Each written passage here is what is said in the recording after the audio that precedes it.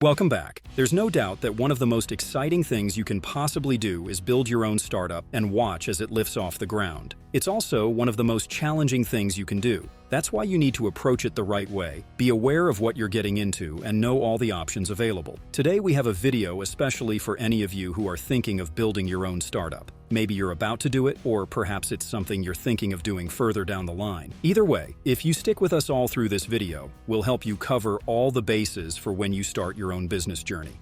Welcome to Online Cash Strategies, the place where future billionaires come to get inspired. If you're not subscribed yet, you're missing out. So, let's get started and look at the 15 things about building a startup.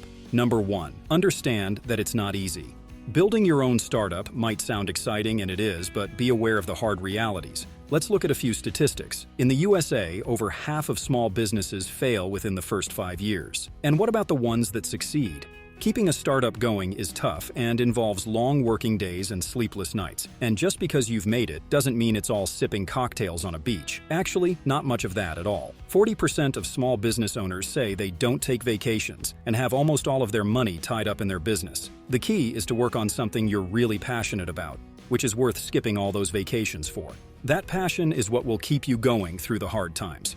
Number 2. Surround yourself with the best people possible. Most of the time, you'll build your startup as one of a team of founders. The average size of a startup in the USA is 5 people. Make sure you have skills that complement each other and a similar idea of what everybody's tasks are, and that everybody has a similar work ethic. There's nothing worse than starting a company and finding out that one person is slacking off. If they're a partner, it isn't as simple as just firing them. And when you employ staff, go for people that can see your vision and have a similar passion for your startup. This will make them your best advocates as well as your best workers. Number 3, find a mentor. You can't possibly know everything yourself or have all the skills, experience, and insights needed to get your startup off the ground, especially when you're new to it. It's up to your mentor to guide you through your first steps and beyond. In the area you live in, check out accelerator programs that help to get small businesses up and running. They'll provide mentor schemes and may be able to help you get funding. Also, try local business meetups or groups on social networking sites. And even think of people you already know. You might have an acquaintance that you've overlooked who could give you valuable insights. Number 4, research the market.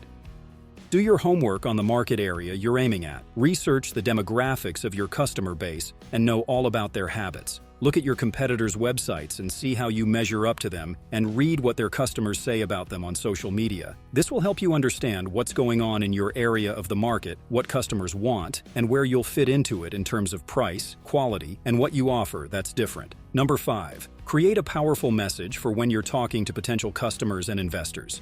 You'll need to clearly express the customer problem that you're solving. A brief statement of what makes your startup so valuable is what's called a value proposition. Discover what yours is and use it to make a great sales pitch. A great value proposition will help customers and investors see what's special about your business. And when you spend time fine-tuning it, it'll also help you realize what the core of your business is and what you need to focus on most. Number 6, write a business plan.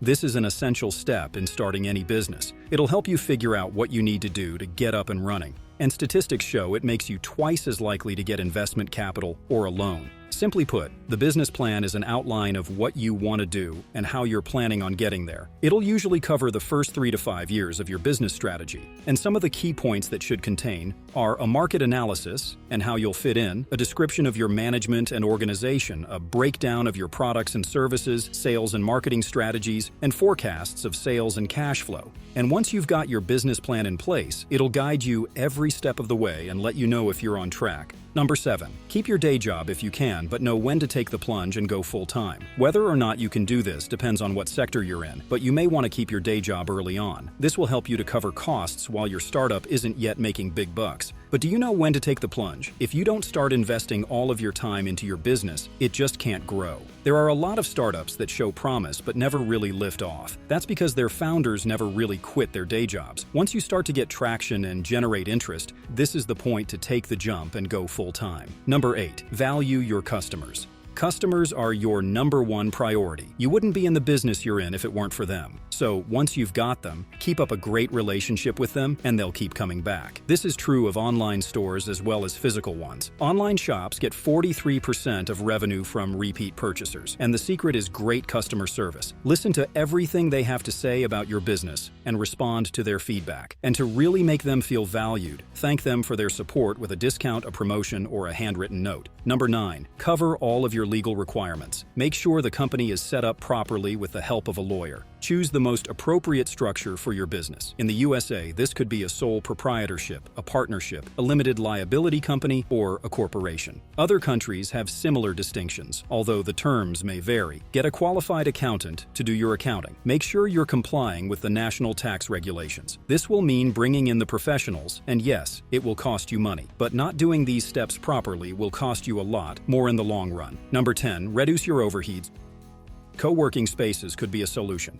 Spot unnecessary expenses and cut them out. Do you really need an office when you can work from home or a co-working space? Co-working spaces or business hubs can give you all kinds of benefits. These include mentoring, networking opportunities, and meeting freelancers who can do jobs for you instead of hiring staff. Do you really need to hire employees? Outsourcing jobs to freelancers could well save you money. And the people you're networking with in co-working spaces can give you insights and even refer customers to you. Number 11, focus on what you're good at and delegate what you're not. It's important to understand your own strengths and skills and the time you have available. Most of your time should be spent doing what you're really good at. Other things you can delegate to someone in your company who's better suited to them. Yes, it will cost you money, but you can justify it like this. Do a cost analysis of jobs you're not specialized in, of the time it would take you to do them. Then calculate how much you would earn if you focused on your core tasks that make money. It may well be cheaper to outsource, and if that's the case, then that's what you should do. Number 12, become a respected voice in your field. There are a few better ways of bringing customers your way, and thanks to content marketing, it's never been easier to demonstrate what expertise you have and to develop a following online. And people who follow you will support your business and tell others about it. If you've got something of value, you can get featured in publications, either local ones or leading ones in your industry. You can create content on blog posts, content on social networking sites, or host webinars or appear at industry events. These will work as free advertising and send more business your way.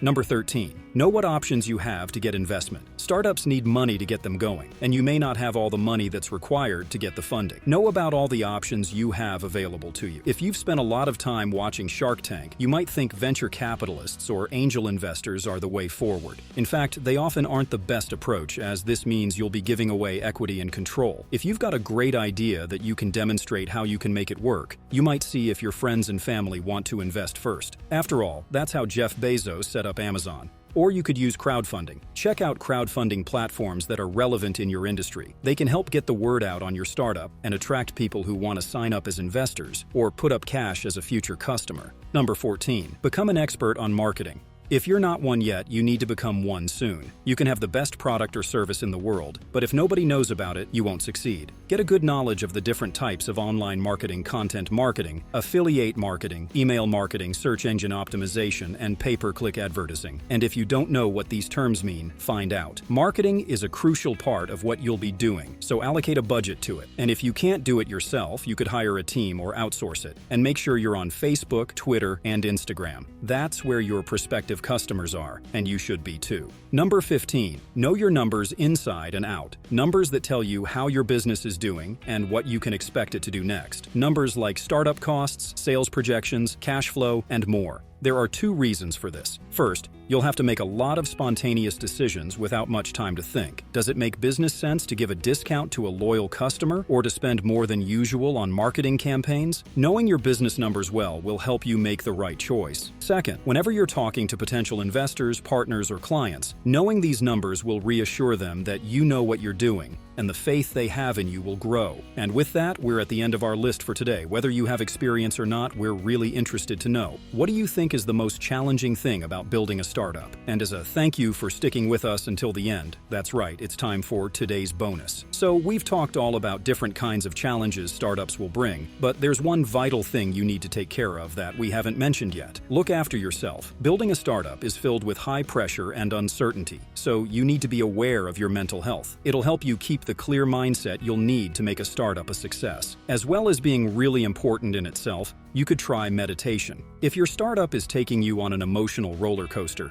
share those emotions with those who are closest to you. It could also be a good idea to limit alcohol intake, as this won't help you deal with the pressure. And while startups require really hard work, give yourself breaks and time to do things you really enjoy. Your most important asset is you, so take care of yourself. Thank you for spending some time with us. Make sure to like and subscribe so you never miss another video. We'll see you back tomorrow.